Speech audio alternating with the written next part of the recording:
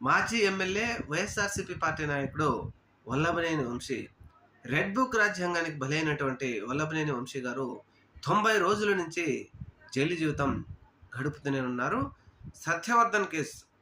సత్యవర్ధన్ కేసుకు సంబంధించి SC ST court ఈరోజు వల్లభనేని వంశీకి బెయిల్ మంజూరు చేసింది. ఇది వరకు 2 సార్లు బెయిల్ పిటిషన్ దాఖలు చేసినప్పటికీ తోసిపుచ్చిన కోర్టు ఈరోజు వల్లభనేని వంశీకి బెయిల్ మంజూరు చేసింది. అయితే మరొక కేసులో వల్లభనేని వంశీకి బెయిల్ రావాల్సి ఉంది. ముఖ్యంగా తెలుగుదేశం పార్టీ ఆఫీస్ని మీద గొడవకు వెళ్ళారనే కేసు మాత్రం ఇందులో బెయిల్ రాలేదు. ముఖ్యంగా ఇప్పటి వరకు 90 రోజుల పాటు రిమాండ్లో ఉన్నటువంటి వల్లభనేని వంశీ మీద పోలీసులు ఛార్జ్ షీటు దాఖలు చేయకపోవడంతో కోర్టు విస్మయం వ్యక్తం చేసింది. చిట్ట చివరి నిమిషంలో ఛార్జ్ షీట్ దాఖలు చేసిన తర్వాత గౌరవ న్యాయస్థానం వల్లభనేని వంశీకి బెయిల్ మంజూరు చేసింది.